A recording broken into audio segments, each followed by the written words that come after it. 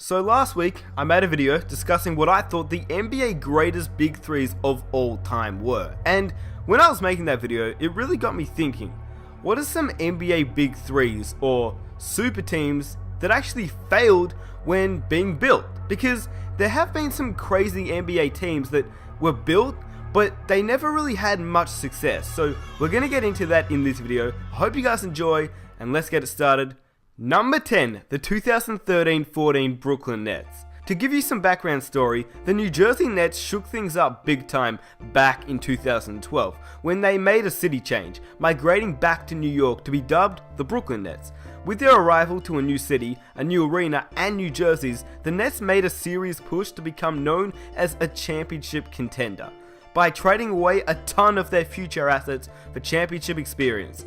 Aging veterans Kevin Garnett, Paul Pierce, and Jason Terry arrived from the Boston Celtics to join the already dynamic nucleus of Deron Williams, Joe Johnson, and Brook Lopez. The Nets would also make sure that they had a solid bench duo by signing Andre Karolinko and Sean Livingston, and selecting Nets legend Jason Kidd as their head coach. All transactions resulted in the Nets having the highest payroll in the entire league. The moves would unfortunately not translate on the court too well. The Nets started the season poorly, with Jason Kidd having trouble adjusting to his new job as a coach, and injuries just damaged the Nets starting lineup when Brook Lopez had to shut down early in the season to have foot surgery. The Nets would still be sort of impressive despite their chemistry issues, but they would still lose to the Miami Heat in the second round of the playoffs anyway, so yeah, the Nets are definitely a super team that failed. But what makes it worse for the Nets is what they gave up for the future. They lost a bunch of future first round picks that I'm pretty sure they'd rather have right now, because obviously the last one left is Brook Lopez, as Deron Williams, Joe Johnson, Kevin Garnett, Paul Pierce, and Jason Terry, they've all gone somewhere else right now, so I'm sure they'd rather have kept their future first round picks. Number 9, the 2007-08 Houston Rockets. The Houston Rockets had a formidable 1-2 punch in Tracy McGrady and Yao Ming for several seasons, but unfortunately without a talented group of role players surrounding them. The Rockets time in and time out would disappoint with first round exits, and with the duo of Yao Ming and Tracy McGrady, you'd expect more than first round exits. The Rockets front office then decided to shake things up a little bit, firing head coach Jeff Van Gundy and hiring a more successful offensive-minded coach in Rick Adelman. The Rockets would then move quickly by beefing up their roster with talent they hoped would take the pressure off Tracy McGrady and Yao Ming. The Rockets would sign all-star point guard and Rockets fan favorite Steve Francis, the franchise, who ironically was traded for Tracy McGrady years earlier. The Rockets would further add bench firepower by signing volume scorer Bonzi Wells and Mike James, as well as trading for Louis Scola. The team would unfortunately be hit by injuries, as you all know, Tracy McGrady and Yao Ming pretty much suffered injuries their entire career, and Steve Francis also had to deal with injuries. All three of these guys would be hampered by injuries, and they would be hampered with injuries for most of the seasons, and they would all miss significant time on the court. The Rockets would, however, post an impressive 22-game win streak during the season, but ultimately they would fall in the first round again as their super team was depleted by injuries. Number 7, the 2015-16 Oklahoma City Thunder. We all know about this year's Choklahoma City Thunder. The fact that they lost to the Golden State Warriors 3-1 is still incredible to me personally. They only had to win one game of 3 chances, but they blew it. And this is why this team didn't advance to the NBA Finals, simply because they choked. And this choke could also be the reason why ultimately Kevin Durant left the Oklahoma City Thunder. The fact that he left to join the team that beat him in the conference finals still amazes me, but I think we should all be over that right now. Well, until the season starts, of course. Anyway, with a roster of Durant, Westbrook, Ibaka, and a big man presence in Steven Adams, that is a pretty damn good team. Not quite a super team, but with a roster of 2 of the 5 best players in the league, this team deserves to be on this list. Number 6, the 2004-05 Indiana Pacers. The Indiana Pacers had a breakthrough season in 2004, with new coach Rick Carlisle taking his team led by all-stars Ron Artest, Reggie Miller, and Jermaine O'Neal into the playoffs with the best record in the league at 61-21. The team made it all the way to the Eastern Conference Finals, losing to a Detroit Pistons team in 6 games.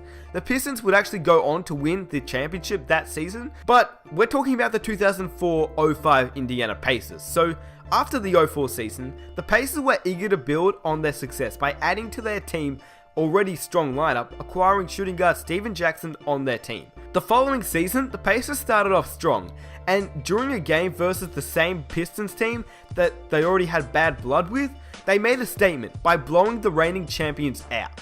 What everyone remembers about this game though was the infamous Brawl at the Palace, or the Malice in the Palace, where a fight between Ben Wallace and Ron Artest turned into an all-out riot where Artest and the Pacers players would go into the stands to fight with the fans, which is unbelievable, and I've never seen anything like it, to be honest. The ultimate aftermath of the brawl would derail this team, with harsh suspensions to Artest, O'Neal, and Jackson killing their championship hopes. And unfortunately, Reggie Miller never got a ring. Number 5. The 1996-97 Houston Rockets. Having failed to secure an NBA championship with his previous super team, the Suns' Charles Barkley packed his bags in the summer of 1996 and moved to Texas to join the Houston Rockets.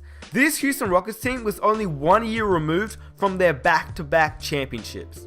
Surely all they needed was an undersized aging power forward to get them in the title hunt. And at that time, Charles Barkley wasn't actually all that bad, even though he was aging a little bit. Sadly, no.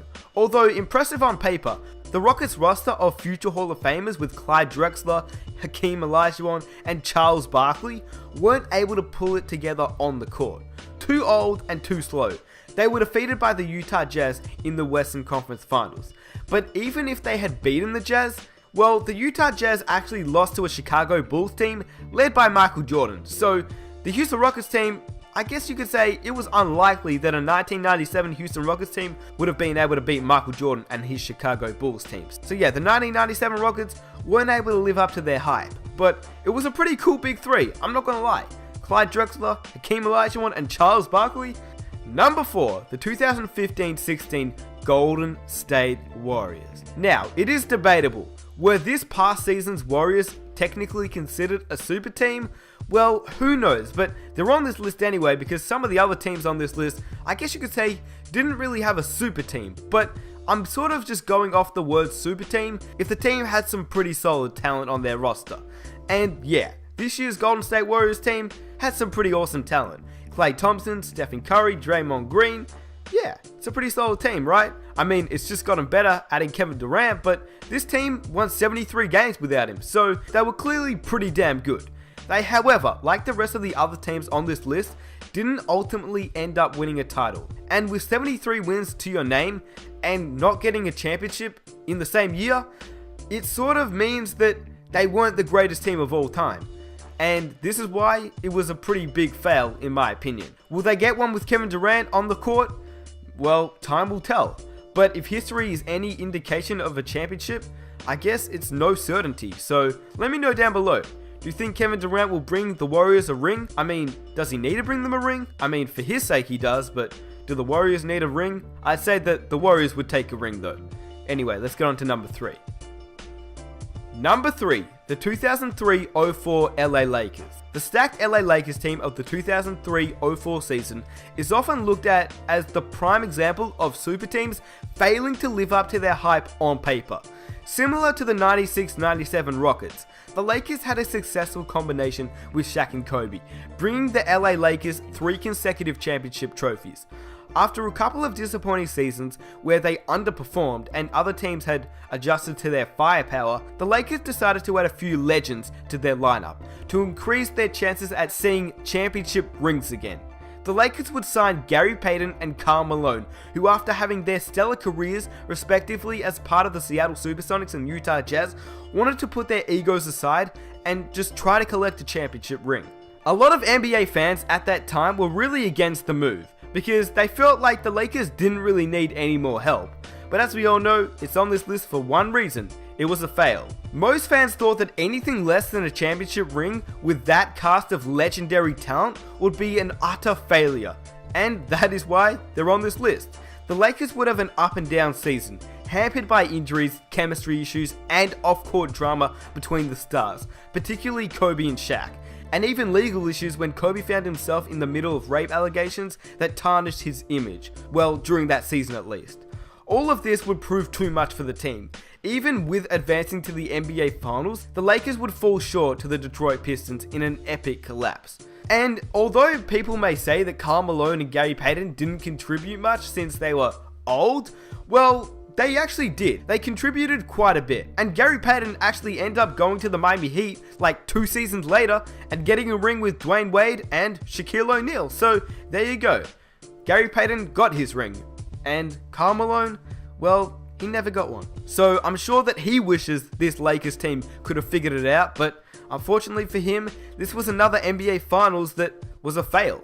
And this is ultimately why the 2004 Lakers are on this list.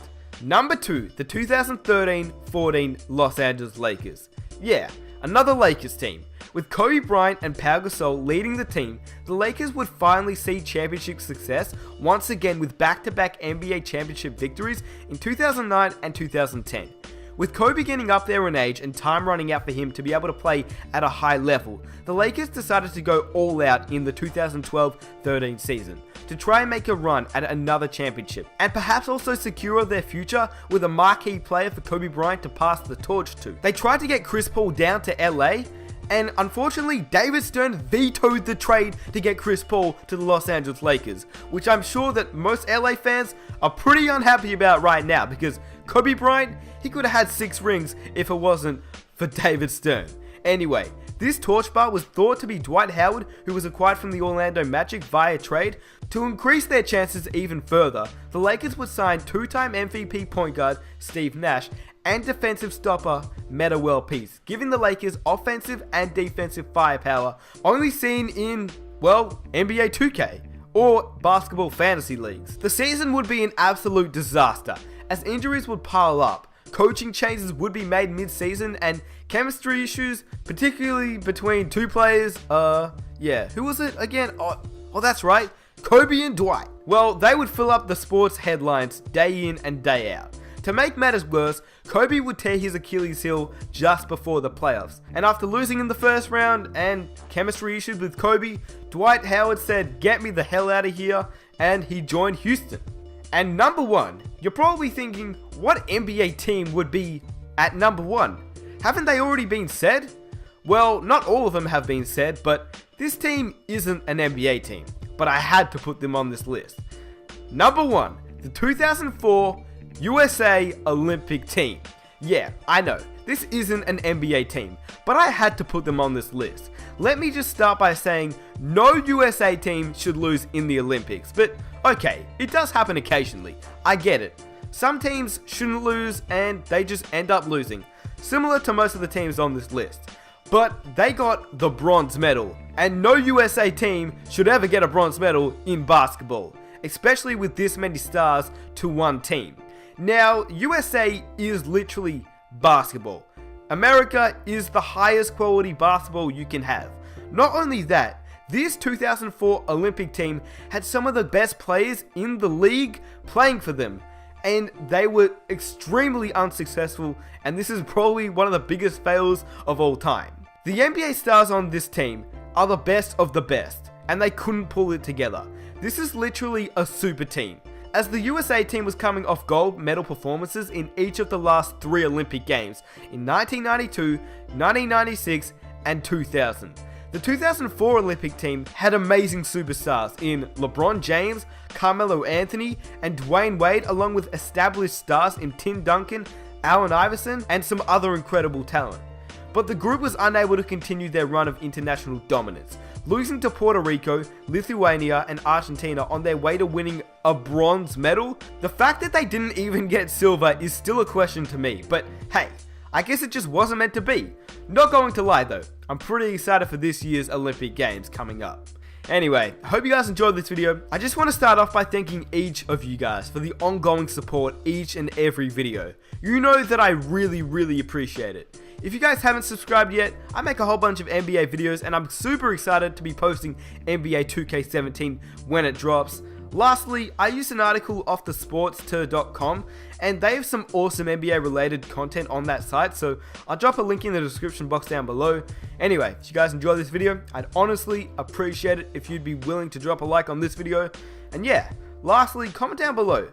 Do you think that we will see the 2016-17 Golden State Warriors on this list? Or do you think they'll win a ring next season? I know it's pretty hard to tell just yet, but it'd be really interesting to see what you guys think before the season actually starts. So it's sort of like your prediction to see whether the Warriors will make the NBA Finals and win it, or even make the NBA Finals and lose it. Anyway, I'm out, guys. Peace.